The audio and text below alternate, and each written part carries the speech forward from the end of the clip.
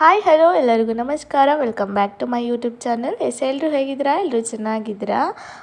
ನಾನು ಕೂಡ ತುಂಬಾ ಚೆನ್ನಾಗಿದ್ದೀನಿ. ಆ್ಯಂಡ್ ಸಾರಿ, ತುಂಬಾ ಲೇಟಾಗಿ ಪೋಸ್ಟ್ ಮಾಡ್ತಾ ಇರೋದು ನಾವು ಬರ್ಡೇ ವ್ಲಾಗ್ನ.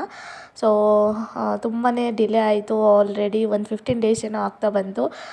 ಬಿಕಾಸ್ ನನಗೆ ಕಂಟಿನ್ಯೂಸ್ ಆಗಿ ತುಂಬಾ ಬ್ಯುಸಿ ಆಗಿಬಿಟ್ಟೆ ನಾನು. ಅದು ಇದು ಹಬ್ಬ ಏನೇನೋ ಹಂಗೆ ಸ್ವಲ್ಪ ಕೆಲಸಗಳಿತ್ತು ಅಂತಂದೇಳಿ ನನಗೆ ಎಡಿಟ್ ಕೂಡ ಮಾಡೋಕ್ಕಾಗಿದ್ದಿಲ್ಲ ನನಗೆ.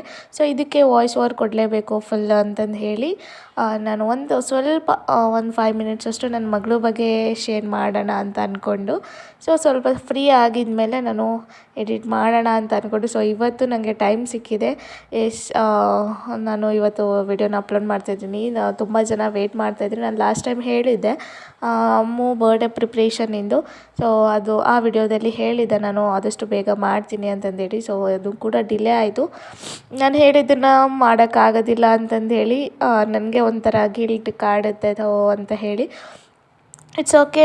ನನ್ನ ಪ್ರಾಬ್ಲಮ್ನ, ನನ್ನ ಸಫರ್ ಎಲ್ಲರೂ ಅರ್ಥ ಮಾಡ್ಕೊತೀರಾ ಅಂತ ಅಂದ್ಕೊತೀನಿ. ಫೈನಲಿ ಬರ್ಡೇನ ಸೆಲೆಬ್ರೇಟ್ ಮಾಡಲಿಕ್ಕೆ ನಾವು ಈ ಥರ ಒಂದು ಡೆಕೋರೇಷನ್ಸ್ನ ಮಾಡಿದ್ವಿ. ಆ್ಯಂಡ್ ಈವನ್ ಈ ಒಂದು ವರ್ಷ ನಮಗೆ ತುಂಬಾ ಮೆಮೊರೇಬಲ್ ಆ್ಯಂಡ್ ಸ್ಪೆಷಲ್ ಅಂತಲೇ ಹೇಳ್ಬೋದು. ಬಿಕಾಸ್ ನಮ್ಮ ಮದುವೆ ಆಗಿದ್ದು ನಾನು ಮಾರ್ಚ್ 27 ಆ್ಯಂಡ್ ಅಮ್ಮು ಹುಟ್ಟಿ ಮಾರ್ಚ್ 27. ಸೊ ನಮ್ಮ ಆ್ಯನಿವರ್ಸರಿ ದಿನವೇ ಅಮ್ಮನೂ ಹುಟ್ಟಿದ್ದು. ಸೊ ಅದಕ್ಕೆ ಈ ಮೊದಲನೇ ವರ್ಷನ ಎರಡೂ ಒಂದೇ ಸರಿ ಸೆಲೆಬ್ರೇಟ್ ಮಾಡೋಣ ಅಂತಂದೇಳಿ ಒಂದೇ ಕಡೆ ಈ ಥರ ಒಂದು ಡೆಕೋರೇಷನ್, ಹಾರ್ಟ್ ಡೆಕೋರೇಷನ್ ಇರಲಿ, ಅದರಲ್ಲಿ ಆ್ಯನಿವರ್ಸರಿನೂ ಆಗುತ್ತೆ, ಹ್ಯಾಪಿ ಬರ್ಡೇ ಥರನೂ ಆಗುತ್ತೆ ಅಂತ ಹೇಳಿ ನಾವು ಈ ಒಂದು ಡೆಕೋರೇಷನ್ನ ಸೆಲೆಕ್ಟ್ ಮಾಡಿ, ಥೀಮ್ನ ಸೆಲೆಕ್ಟ್ ಮಾಡಿ ಇದನ್ನೇ ಫೈನಲ್ ಮಾಡಿದ್ವಿ. ಆ್ಯಂಡ್ ಒಂದು ಪಾರ್ಟಿ ಹಾಲಲ್ಲಿ ನಾವು ಸೆಲೆಬ್ರೇಷನ್ ಮಾಡಿದ್ದು. ಮನೆಯಲ್ಲಿ ಮಾಡೋಣ ಅಂದ್ಕೊಂಡೆ, ಬಟ್ ಮನೆಯಲ್ಲೆಲ್ಲ ಸುಮ್ಮನೆ ಜಾಸ್ತಿ ರಿಸ್ಕ್ ಆಗುತ್ತೆ ಅಂತ ಹೇಳಿ ನಾನು ಮನೆಯಲ್ಲಿ ಬೇಡ ಅಂತೇಳಿ ಹಾಲಲ್ಲೇ ಮಾಡಿಸಿದ್ದು. ಆ್ಯಂಡ್ ನನ್ನ ಮಗಳಿಗೆ 1 ವರ್ಷ ಹೆಂಗಾಯಿತು ಅಂತಲೇ ಗೊತ್ತಿಲ್ಲ. ಗೊತ್ತೇ ಆಗಲಿಲ್ಲ ಅವಳು ಹೆಂಗೆ ಬೆಳೆದ್ಲು ಏನು ಎತ್ತ ಅಂತ ಹೇಳಿ. ಅಂದರೆ ಫುಲ್ ತುಂಬಾ ಫಾಸ್ಟಾಗಿ ಬೆಳೆದ್ಲು ಅವಳು. ಅವಳು ಬೆಳೆದಿದ್ದು ಪ್ರತಿಯೊಂದು ಕ್ಷಣದಲ್ಲೂ ನಾನು ಅವಳ ಜೊತೆ ಇದ್ದೆ. ನನಗೆ ಗೊತ್ತು ಅವಳು ಯಾವ ರೀತಿ ಬೆಳೆದ್ಲು ಏನು ಅಂತಂದು ಹೇಳಿ. ಆ್ಯಂಡ್ ಮೈಲ್ ಸ್ಟೋನ್ಸ್ನ ತುಂಬಾ ಫಾಸ್ಟಾಗಿ ಕಂಪ್ಲೀಟ್ ಮಾಡಿದ್ಲು ಅವಳು. ನಡೆಯೋದಾಗಿರಲಿ, ಮಾತಾಡೋದಾಗಿರಲಿ, ಅಂಬೆಗಾಲ ಇಡೋದಾಗಿರಲಿ, ಸೊ ತುಂಬಾ ಬೇಗನೆ ಮಾಡಿದ್ಲು. ಆ್ಯಂಡ್ 9 ಮಂತ್ಸ್ಗೆ ಅವಳಿಗೆ ಮಾತು ಬಂತು, ಕಾಲು ಕೂಡ ಬಂತು. ನಡೆಯೋಕ್ಕೂ ಸ್ಟಾರ್ಟ್ ಮಾಡಿದ್ದು 9 ಮಂತ್ಸ್ಗೆ ಅವಳು. ಸೊ ತುಂಬಾ ಫಾರ್ವರ್ಡ್ ಇದ್ದಾಳೆ. ನಾನು ತುಂಬಾ ಲಕ್ಕಿ ಅಂತಲೇ ಹೇಳ್ತೀನಿ. ಆ್ಯಂಡ್ ನಾನು ತುಂಬ ಜನ ಅಂದ್ಕೊತಾರೆ ಗಂಡು ಪಾಪು ಹುಟ್ಟಬೇಕು ಅಂತಂದೇಳಿ ದೇವರಲ್ಲಿ ಬೇಡ್ಕೊಂಡು ಇರ್ತಾರೆ. ಸೊ ನನಗೆ ಹೆಣ್ಣು ಪಾಪು ಆಗಬೇಕು ಅಂತಂದೇಳಿ ನಾನು ನನ್ನ ಮಗಳನ್ನ ವರವಾಗಿ ಪಡ್ಕೊಂಡಿದ್ದು ನನ್ನ ಪುಣ್ಯ ಅಂತಲೇ ಹೇಳ್ಬೋದು. So I am very grateful ಅಂತ ಹೇಳೋಕ್ಕೆ ಇಷ್ಟಪಡ್ತೀನಿ. ಆ್ಯಂಡ್ ಅವಳು ಹುಟ್ಟಿದ ಮೇಲೆ ನನ್ನ ಜೀವನ ತುಂಬಾ ಸ್ಪೆಷಲ್ ಅಂತ ಅನಿಸುತ್ತೆ. ನನ್ನ ಹಸ್ಬೆಂಡ್ಗೂ ಕೂಡ ಅಷ್ಟೇ. ಅವಳು ಹುಟ್ಟಿದಾಗಿಂದನೂ ನಾವು ತುಂಬಾ ಚೆನ್ನಾಗಿ ಇಂಪ್ರೂವ್ ಆಗಿ ಗ್ರೋ ಆಗ್ತಾ ಇರೋದು.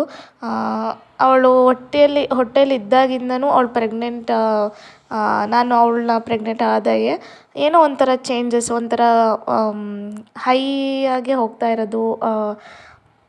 ಗ್ರಾಫ್ ಎಲ್ಲೂ ಲೋ ಆಗಿಲ್ಲ, ಹೈ ಆಗಿ ಹೋಗ್ತಾ ಇದೆ, ಚೆನ್ನಾಗಿ ಹೋಗ್ತಾ ಇದೆ ಗ್ರಾಫ್ ಅವಳು ಹುಟ್ಟಿದಾಗಿಂದ. ಸೊ ಅದಕ್ಕೆ ನಮ್ಮ ಮನೆ ಮಹಾಲಕ್ಷ್ಮಿ ಅಂತಲೇ ನಾವು ಅಂದ್ಕೊಂಡು, ಸೊ ತುಂಬ ಜನಕ್ಕೆ ಹೆಣ್ಮಗು ಬೇಕು ಅಂತ ಅಂದ್ಕೊತಾರೆ, ಬಟ್ ಆದರೆ ಕೊಡೋಲ್ಲ. ಬಟ್ ನಾನು ಬೇಕು ಅಂತ ಅಂದು ನನ್ನ ಆಸೆನ ಈಡೇರ್ಸೋಕ್ಕೆ ನಾನು ದೇವ್ರಿಗೆ ಇಷ್ಟು ಸರಿ ಥ್ಯಾಂಕ್ಸ್ ಹೇಳಬೇಕು ಗೊತ್ತಿಲ್ಲ. ನಾನು ಮಾಡಿದ ಪುಣ್ಯನೋ ಅಥವಾ ನನ್ನ ಹಸ್ಬೆಂಡ್ ಮಾಡಿದ ಪುಣ್ಯನೋ ಗೊತ್ತಿಲ್ಲ, ಇವಳನ್ನ ನಾವು ಪಡೆಯೋದಕ್ಕೆ ತುಂಬಾ ಪುಣ್ಯ ಮಾಡಿದ್ದೀವಿ. ಇಂಥ ಮಕ್ಕಳನ್ನ, ಇಬ್ಬರು ಮಕ್ಕಳು ಕೂಡ ನನಗೆ ತುಂಬಾ ಇಂಪಾರ್ಟೆಂಟ್. ಅಂದರೆ ತುಂಬಾ ಸ್ಪೆಷಲ್ ಇವರಿಬ್ಬರು. ಏನೋ ಒಂಥರ ಡಿಫ್ರೆಂಟ್ ಅಂತ ಹೇಳ್ತಾರೆ, ಎಲ್ಲರೂ ಹೇಳ್ತಾರೆ ನನಗೆ ನಿನ್ನ ಇಬ್ಬರು ಮಕ್ಕಳು ತುಂಬಾ ಡಿಫ್ರೆಂಟ್, ತುಂಬಾ ಫಾರ್ವರ್ಡ್ ಇದ್ದಾರೆ, ಹಂಗೆ ಹಿಂಗೆ ಅಂತ. ಸೊ ನಾನು ನಿಜವಾಗ್ಲೂ ಅವಾಗ ತುಂಬ ಗ್ರೇಟ್ಫುಲ್ ಫೀಲ್ ಆಗುತ್ತೆ ನನಗೆ ಆ ಟೈಮಲ್ಲಿ. So thank you so much ಎಲ್ರಿಗೂ. ಆ್ಯಂಡ್ ನನ್ನ ಮಗಳಿಗೆ ಯಾರೆಲ್ಲ ಬರ್ಡೇಗೆ ವಿಶ್ ಮಾಡಿದ್ರಿ ಅವರಿಗೆಲ್ಲ ತುಂಬ ಥ್ಯಾಂಕ್ಸ್ ಅಂತ ಹೇಳ್ತೀನಿ. ಆ್ಯಂಡ್ ಹೀಗೆ ಅವಳಿಗೆ ಆಶೀರ್ವಾದ ಮಾಡಿ ಅವಳ ಲೈಫಲ್ಲಿ ತುಂಬ ಅಚೀವ್ಮೆಂಟ್ ಮಾಡಿಸ್ಬೇಕು ಅನ್ನೋದು ನನಗೆ ತುಂಬಾ ಆಸೆ ಇದೆ. ಆ್ಯಂಡ್ ನನ್ನಿಬ್ಬರು ಮಕ್ಕಳನ್ನು ತುಂಬ ಮೇಲ್ಗಡೆ ನೋಡಲಿಕ್ಕೆ ಇಷ್ಟಪಡ್ತೀನಿ ನಾನು. ಅವರಿಬ್ಬರೂ ನಾನು ತುಂಬ ಚೆನ್ನಾಗಿ ನೋಡ್ತೀನಿ. ಯಾವುದೇ ರೀತಿ ನನ್ನಿಂದ ಯಾವುದೇ ರೀತಿ ಏನೂ ಕಡಿಮೆ ಆಗಲಿಕ್ಕೆ ನಾನು ಬಿಡಲ್ಲ. ಸೊ ಅವ್ರಿಗೇನು ಬೇಕು ಪ್ರತಿಯೊಂದನ್ನು ನಾನು ಕೊಡಲಿಕ್ಕೆ ಪ್ರಯತ್ನ ಮಾಡೇ ಮಾಡ್ತೀನಿ. ಆ್ಯಂಡ್ ಕೊಡಿಸ್ತೀನಿ ಅನ್ನೋ ಒಂದು ನಂಬಿಕೆ ನನಗಿದೆ. ಆ್ಯಂಡ್ ಯಾವುದೇ ಟೈಮಲ್ಲೂ ಪ್ರತಿ ಕ್ಷಣದಲ್ಲೂ ಪ್ರತಿಯೊಂದು ಹೆಜ್ಜೆನಲ್ಲೂ ನಾನು ಅವರಿಬ್ಬರ ಜೊತೆನೂ ಇರ್ತೀನಿ. ಆ್ಯಂಡ್ ನನ್ನ ಮಗ ಹೆಂಗೋ ಗಂಡು ಮಗ ಅಲ್ವಾ, ಸೊ ಅವನೆಷ್ಟೇ ಚಿಕ್ಕವನಾಗಿದ್ರೂ ನನಗೆ ಅವನು ಇವಾಗ ಚಿಕ್ಕವನಂತ ಎಲ್ಲರೂ ಹೇಳ್ತಾರಲ್ಲ, ಬಟ್ ಆದರೆ ನನಗೆ ಅವನು ದೊಡ್ಡ ಮಗ ಇದ್ದಂಗೆ, ದೊಡ್ಡವನ ಥರನೇ ಅವ್ನು ಫೀಲ್ ಮಾಡ್ತಾನೆ. ಆ್ಯಂಡ್ ನಂಗೆ ತುಂಬ ಚೆನ್ನಾಗಿ ನಮ್ಮ ಅಪ್ಪನ ಪ್ರೀತಿನ ಕೊಡೋದಕ್ಕೆ ಅವನು ಟ್ರೈ ಮಾಡ್ತಾನವನು ಈ ವಯಸ್ಸಿಗೆ. ಸೊ ಅದನ್ನು ಕೂಡ ನನಗೆ ಗ್ರೇಟ್ಫುಲ್ ಅಂತ ಅನಿಸುತ್ತೆ. ಆ್ಯಂಡ್ ನನ್ನ ಮಗಳು ಕೂಡ ನನ್ನ ತಾಯಿ ಪ್ರೀತಿನ ಹೆಚ್ಚು ಕೊಡ್ತಾ ಇದ್ದಾಳೆ. ಅವಳು ನನ್ನ ಬಿಟ್ಟು ಒಂದು ಸೆಕೆಂಡ್ ಕೂಡ ಇರಲ್ಲ ಅವಳು. ನಾನು ನನ್ನ ಮಗಳು ಪ್ರೀತಿನ ಪಡೆಯೋಕ್ಕೆ ತುಂಬಾ ಪುಣ್ಯ ಮಾಡಿದ್ದೀನಿ ಅಂತ ಹೇಳೋಕ್ಕೆ ಇಷ್ಟಪಡ್ತೀನಿ. ಅಷ್ಟು ನನಗೆ ನಿಜವಾಗ್ಲೂ ಪುಣ್ಯ ಮಾಡಿದ್ದೀನಿ ಅಂತ ಅನಿಸುತ್ತೆ. ಆ್ಯಂಡ್ ನಾನು ಪ್ರೀತಿ ವಿಚಾರದಲ್ಲಿ ತುಂಬ ಅಂದರೆ ತುಂಬಾ ಪೊಸೆಸಿವ್ ಆಗಿರ್ತೀನಿ. ನನಗೆ ನಾನು ಇಷ್ಟಪಡುವಂಥದ್ದು ಇನ್ನೊಬ್ರು ಯಾರಾದರೂ ಇಷ್ಟಪಟ್ಟರೆ ನನಗೆ ಅದು ಎಷ್ಟು ಹೇಟ್ ಮಾಡ್ತೀನಿ ಅಂದರೆ ಸಿಕ್ಕಾಪಟ್ಟೆ ಹೇಟ್ ಮಾಡ್ತೀನಿ. ಬಟ್ ನಾನು ಇಷ್ಟಪಡೋದನ್ನು ಯಾರು ಇಷ್ಟಪಡಬಾರ್ದು. ಆ್ಯಂಡ್ ಅದೇ ವಿಚಾರದಲ್ಲೇ ನನ್ನ ಮಗಳು ಮತ್ತು ನನ್ನ ಗಂಡ ಇಬ್ಬರೂ ಕೂಡ ನನಗೆ ತುಂಬಾ ಇಷ್ಟ. ನಾನು ತುಂಬಾ ಇಷ್ಟಪಡ್ತೀನಿ. ಅವರಿಬ್ಬರು ಪ್ರೀತಿ ವಿಚಾರದಲ್ಲಿ ನಾನು ತುಂಬಾ ಪೊಸೆಸಿವ್. ಸೊ ನನ್ನ ಬಿಟ್ಟು ಇನ್ಯಾರು ಇಷ್ಟಪಡಬಾರ್ದು ಅಂದರೆ ಆ ಥರ ಅಲ್ಲ, ಅದೇ ಒಂಥರ ಏನೋ ಮನಸ್ಸಿಂದ ಫೀಲಿಂಗ್ ಬರುತ್ತಲ್ಲ, ಸೊ ಆ ಥರ ಅವಳು ನನ್ನನ್ನೇ ಇಷ್ಟಪಡಬೇಕು, ನನ್ನ ಗಂಡ ನನ್ನನ್ನೇ ಇಷ್ಟಪಡಬೇಕು ಅನ್ನೋದು ನನ್ನ ಒಂದು ಪೊಸೆಸಿವ್ನೆಸ್ ಜಾಸ್ತಿನೇ ಇದೆ. ಸೊ ಅದನ್ನು ಯಾರೂ ತಪ್ಪಾಗಿ ತಿಳ್ಕೊಬೇಡಿ. ಬಟ್ ನನ್ನ ಒಂದು ಕ್ಯಾರೆಕ್ಟರ್ ಕೂಡ ಅದು ಒನ್ ಆಫ್ ಮೈ ಕ್ಯಾರೆಕ್ಟರ್. ಅದು ಏನು ಇದು ಏನು ಕೆಟ್ಟದ್ದು ಅಂತ ಅಲ್ಲ, ಬಟ್ ನನ್ನ ಒಂದು ಕ್ಯಾರೆಕ್ಟರ್ ಕೆಲವೊಬ್ರದ್ದು ಇದೇ ಥರ ಇರುತ್ತೆ. ಪ್ರೀತಿ ಅಂತ ಬಂದಿದ ಮೇಲೆ ಎಲ್ಲರೂ ಪೊಸೆಸಿವ್ ಆಗೇ ಆಗ್ತಾರೆ. ಬಟ್ ನಾನು ಇನ್ನೂ ಜಾಸ್ತಿನೇ ಪೊಸೆಸಿವ್ನೆಸ್ ಇದೆ ನನಗೆ. ಅದರಲ್ಲಿ ಇವರಿಬ್ಬರು ಪ್ರೀತಿ ವಿಚಾರದಲ್ಲಿ ನಾನು ಯಾರ ಹತ್ರನೂ ಬಿಟ್ಕೊಡೋದಿಲ್ಲ ಇವರಿಬ್ಬರೂ. ಆ್ಯಂಡ್ ನನ್ನ ಮಗಳು ಅಂದರೆ ನಿಜವಾಗ್ಲೂ ಫ್ರೆಂಡ್ಸ್ ಎಷ್ಟು ಹೇಳಿದ್ರೂ ಅವಳ ಬಗ್ಗೆ ಸಾಲದಾಗಲ್ಲ. ಬಟ್ ಅವಳು ಪ್ರತಿಯೊಂದು ಹೆಜ್ಜೆನಲ್ಲೂ ಐ ಪ್ರಾಮಿಸ್ ನಾನು ಅವಳ ಜೊತೆ ಇದ್ದೇ ಇರ್ತೀನಿ. ಆ್ಯಂಡ್ ಅವಳಿಗೆ ಏನೂ ಕಡಿಮೆ ಮಾಡೋದಿಲ್ಲ. ನಾನು ಮುಂಚೆ ಎಲ್ಲ ನಾನು ಏನೋ ತೊಗೋಬೇಕು ಅಂತ ಅನ್ಕೋತಿದ್ದೆ. ಬಟ್ ಇವಾಗ ನಾನು ನನ್ನ ಮಗಳಿಗೋಸ್ಕರ ತೊಗೋಬೇಕು, ನನ್ನ ಮಗಳಿಗೆ ಏನಾದರೂ ಮಾಡಬೇಕು. ಎಲ್ಲೇ ಹೋದ್ರೂ ನನ್ನ ಮಗಳು ಯಾವಾಗಲೂ ಕಾನ್ಸ್ಟೆಂಟಾಗಿ ಅವಳೇ ಇರ್ತಾಳೆ ನನ್ನ ಮೈಂಡಲ್ಲಿ. ಅವಳಿಗೆ ಏನಾದರೂ ತೊಗೋಬೇಕಲ್ಲ. ನನ್ನ ಮಗ ಯಾಕಿರಲ್ಲ ಅಂತ ಕೇಳಬೇಡಿ. ನನ್ನ ಮಗ ನಮ್ಮ ಅಪ್ಪನ ಜೊತೆ ಜಾಸ್ತಿ ಇರ್ತಾನೆ. ನಮ್ಮ ಅಪ್ಪನೇ ಅವನಿಗೆಲ್ಲ ಕೊಡಿಸೋದು, ತಿನ್ನಿಸೋದು, ಕರ್ಕೊಂಡು ಹೋಗೋದು ಹೊರಗಡೆ. ನಾನು ಅವನಿಗೆ ನನ್ನ ಪ್ರೀತಿನ ಎಷ್ಟು ಕೊಡಬೇಕು ಅದಕ್ಕಿಂತ ಜಾಸ್ತಿನೇ ಕೊಡ್ತೀನಿ. ನನಗೂ ಅವನಂದರೆ ಇಷ್ಟನೇ. ಬಟ್ ಆದರೆ ನಮ್ಮಪ್ಪ ನನ್ನ ಪ್ರೀತಿನ ಕಡಿಮೆ ಆಗಿದೆ ಅಂತಂದೇಳಿ ಇಲ್ಲ ಅಂತಂದೇಳಿ ಅವನಿಗೆ ಯಾವತ್ತೂ ಫೀಲ್ ಮಾಡಿಸಿಲ್ಲ. ಬಟ್ ಆದರೆ ಅವನನ್ನು ತುಂಬಾ ಚೆನ್ನಾಗಿ ನೋಡ್ಕೊತಾರೆ. ಈಗಲೂ ಕೂಡ ಅವನಿಗೆ ನನಗಿಂತ ಜಾಸ್ತಿ ನಮ್ಮ ಅಪ್ಪನೇ ತಾತ ಅಂತಂದೇಳಿ ಅವ್ನು ತುಂಬಾ ಇಷ್ಟಪಡೋದು. ಆ್ಯಂಡ್ ಸೊ ಅದಕ್ಕೋಸ್ಕರ ನಾನು ಅವನಿಗೆ ಅಷ್ಟು ಕಾನ್ಸ್ಟೆಂಟಾಗಿ ಇಟ್ಕೊಂಡಿರಲ್ಲ. ಬಟ್ ಇವಳಿದ್ದಾಳಲ್ಲ, ನನಗೆ ಯಾವಾಗಲೂ ಕಾನ್ಸ್ಟೆಂಟಾಗಿ ನನ್ನ ಮೈಂಡಲ್ಲಿ ಯಾವಾಗಲೂ ಇವಳೇ ಇರ್ತಾಳೆ.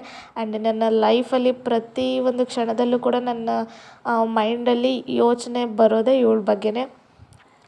ಎಲ್ಲೇ ಹೋದ್ರೂ ನಾನು ಇವಳ ಬಗ್ಗೆನೇ ಯೋಚನೆ ಮಾಡ್ತಾಯಿರ್ತೀನಿ. ಇವಳಿಗೇನೇ ಬೇಕು ಏನು ಬೇಡ ಅಂತಂದೇಳಿ ಪ್ರತಿಯೊಂದನ್ನು ನಾನು ಇವಳ ಬಗ್ಗೆನೇ ಯೋಚನೆ ಮಾಡ್ತಾಯಿರ್ತೀನಿ. ಅಷ್ಟು ಏನೋ ಒಂಥರ ಮೈಂಡು ಡೈವರ್ಟ್ ಮಾಡ್ಕೊಂಬಿಟ್ಟಿದ್ದಾಳೆ ಅವಳ ಕಡೆ ನನ್ನ. ಸೊ ಮನೆಯಲ್ಲೂ ಕೂಡ ಅವಳು ಓಡಾಡ್ತಾ ಇದ್ದರೆ, ನಕ್ಕೊತಾ ಇದ್ದರೆ ಏನೋ ಒಂಥರ ಖುಷಿ ನೆಮ್ಮದಿ ಅಂತ ಅನಿಸುತ್ತೆ. ಬಟ್ ಅವಳು ಏನಾದರೂ ಸ್ವಲ್ಪ ಹೊತ್ತು ಜಾಸ್ತಿ ಮಲ್ಕೊಂಡ್ಬಿಟ್ರೆ ನನಗೆ ಒಂಥರ ಬೋರ್ ಅಂತ ಅನಿಸ್ಬಿಡುತ್ತೆ. ಎಷ್ಟೊಂದು ಜನ ನಮ್ಮ ಫ್ಯಾಮಿಲಿನಲ್ಲಿ ಅವಳನ್ನು ನೋಡಬೇಕಂತಲೇ ವಿಡಿಯೋ ಕಾಲ್ ಮಾಡ್ತಾ ಇರ್ತಾರೆ. ನಮ್ಮ ಅಜ್ಜಿ, ನಮ್ಮ ದೊಡ್ಡಮ್ಮ, ನಮ್ಮ ಅಕ್ಕ ಅವರೆಲ್ಲ ಮಾಡ್ತಾ ಇರ್ತಾರೆ. ಅವಳಂದರೆ ಅಷ್ಟು ಏನೋ ಒಂಥರ ಅಟ್ರ್ಯಾಕ್ಷನ್ ಅಂತ ಅನಿಸುತ್ತೆ. ಸೊ ಆ ಥರ ನಮ್ಮನ್ನ ಇನ್ಸ್ಟಾಗ್ರಾಮಲ್ಲೂ ಕೂಡ ತುಂಬಾ ಹೇಳ್ತಾರೆ ನನ್ನ ಫ್ರೆಂಡ್ಸ್ ಎಲ್ಲ. ಸೊ ಅವರು ಕೂಡ ಈ ವಿಡಿಯೋನ ನೋಡ್ತಾ ಇದ್ದರೆ ತುಂಬ ಥ್ಯಾಂಕ್ಸ್ ಅಂತ ಹೇಳ್ತೀನಿ. ಯಾಕೆಂದರೆ ನನ್ನ ಮಗಳನ್ನ ತುಂಬಾ ಇಷ್ಟಪಡ್ತಾರೆ ಎಲ್ಲರೂ. ಹೇಳ್ತಾರೆ ನನ್ನ ಫ್ರೆಂಡು, ನಿನ್ನ ಮಗಳು ತುಂಬಾ ಡಿಫ್ರೆಂಟ್, ಏನೋ ಒಂಥರ ತುಂಬ ಡಿಫ್ರೆಂಟ್, ಅವಳು ಎಷ್ಟು ಅಟ್ರ್ಯಾಕ್ಷನ್ ಆಗಿದ್ದಾಳೆ ಅಂದರೆ ಸಿಕ್ಕಾಪಟ್ಟೆ ಹೆವಿ ಅಟ್ರ್ಯಾಕ್ಷನ್ ಆಗ್ತಾಳೆ ಅವಳು. ಸೊ ಅವಾಗವಾಗ ದೃಷ್ಟಿ ತೆಗಿತಾ ಇರು ಅಂತ ಹೇಳ್ತಾರೆ. But to be frank friends, ನಾನು ನಿಜವಾಗ್ಲೂ ಅವಳಿಗೆ ದೃಷ್ಟಿ ಆಗುತ್ತೆ ಅಂತಂದು ಹೇಳಿ ನಾನು ಹೇಳಲ್ಲ. ಬಟ್ ಯಾಕೆ ಅಂತ ಅಂದರೆ ಅವಳಿಗೆ ಫಸ್ಟಿಂದ ಏನೋ ಗೊತ್ತಿಲ್ಲ, ದೃಷ್ಟಿ ಆಗೋದು, ಕೆಟ್ಟ ದೃಷ್ಟಿ ಬೀಳೋದು ಅದು ಕಡಿಮೆನೇ ಅವಳಿಗೆ. ಯಾಕೆ ಅಂತ ಅಂದರೆ ಅವಳಿಗೆ ದೇವಿ ಶಕ್ತಿ ಜಾಸ್ತಿನೇ ಇದೆ. ನಾನು ಚಾಮುಂಡೇಶ್ವರಿ ತಾಯಿನ ಆಶೀರ್ವಾದದಿಂದ ಅವಳು ಹುಟ್ಟಿರೋದ್ರಿಂದ, ತಾಯಿ ಶಕ್ತಿ ಇರೋದ್ರಿಂದ, ಸೊ ಆಶೀರ್ವಾದ ಇರೋದ್ರಿಂದ, ಸೊ ಅವಳಿಗೆ ಕೆಟ್ಟ ದೃಷ್ಟಿ ಯಾವತ್ತೂ ಬಿದ್ದಿಲ್ಲ, ಇನ್ಮೇಲೆ ಬೀಳಲೂಬಾರ್ದು, ಯಾವತ್ತೂ ಬೀಳಬಾರ್ದು ಅಂತಲೇ ನಾನು ಅಂದ್ಕೊಂಡಿದ್ದೀನಿ. ಸೊ ಅದೇ ಅವಳಿಗೆ ದೃಷ್ಟಿ ಆಗೋದಿಲ್ಲ. ಸೊ ದೃಷ್ಟಿ ತೆಗಿ ಅಂತಾರಲ್ಲ, ಅವಳು ದೃಷ್ಟಿ ಆಗೋದಿಲ್ಲ, ಅವಳು ಅದಕ್ಕೆ ಕುಗ್ಗೋದಿಲ್ಲ, ಅವಳು ಅದಕ್ಕೆ ಹೆದ್ರೋದು ಇಲ್ಲ ಅಂತ ಒಂದು ಹೆಣ್ಮಗಳನ್ನ ನನಗೆ ತಾಯಿ ಚಾಮುಂಡೇಶ್ವರಿ ನನಗೆ ವರವಾಗಿ ಕೊಟ್ಟಿರೋದು. So thank you so much. ನಾನು ಯಾವಾಗಲೂ ಮಂಗಳವಾರ, ಶುಕ್ರವಾರ ಯಾವಾಗಲೂ ನಾನು ಪೂಜೆ ಮಾಡುವಾಗ ಅವಳನ್ನು ಕೂಡ ಪೂಜೆ ಮಾಡಿಸ್ತೀನಿ. ಅವಳಿಗೂ ಸ್ನಾನ ಮಾಡಿಸಿ, ಈಗಲೇ ಅವಳಿಗೆ ಕುಂಕುಮ ಹಚ್ಕೊಳ್ಳೋದಂದರೆ ತುಂಬಾ ಇಷ್ಟ ಫ್ರೆಂಡ್ಸ್. ಎಷ್ಟು ಇಷ್ಟ ಅಂದರೆ ನಾನು ಹಚ್ಚಿಲ್ಲ ಅಂದ್ರೂ ಅಮ್ಮ ಹಚ್ಚು ಹಚ್ಚು ಅಂತ ಅವಳು ಹೇಳ್ತಾಳೆ. ಕುಂಕುಮ ಕಂಡಿದ್ದ ತಕ್ಷಣವೇ ಹೇಳ್ತಾಳೆ ನನಗೆ ಕುಂಕುಮ ಹಚ್ಚು ಅಂತ ಹೇಳಿ, ಅಷ್ಟು ಇಷ್ಟ. ಸೊ ಎಸ್, ಇಷ್ಟು ತುಂಬಾ ಲೆಂತ್ ಆಗುತ್ತೆ video. It's okay.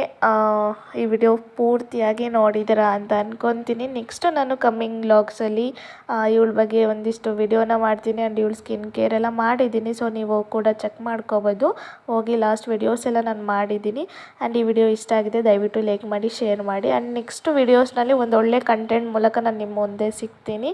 And thank you for watching. Love you all. ನನ್ನ ಮಗಳ ಮೇಲೆ ಇದೇ ರೀತಿ ಪ್ರೀತಿ, ವಿಶ್ವಾಸ, ಆಶೀರ್ವಾದ ಹೀಗೆ ಇರಲಿ ಅಂತ ಹೇಳ್ತಾ, ಸೊ ಟಾಟಾ, ಬಾಯ್.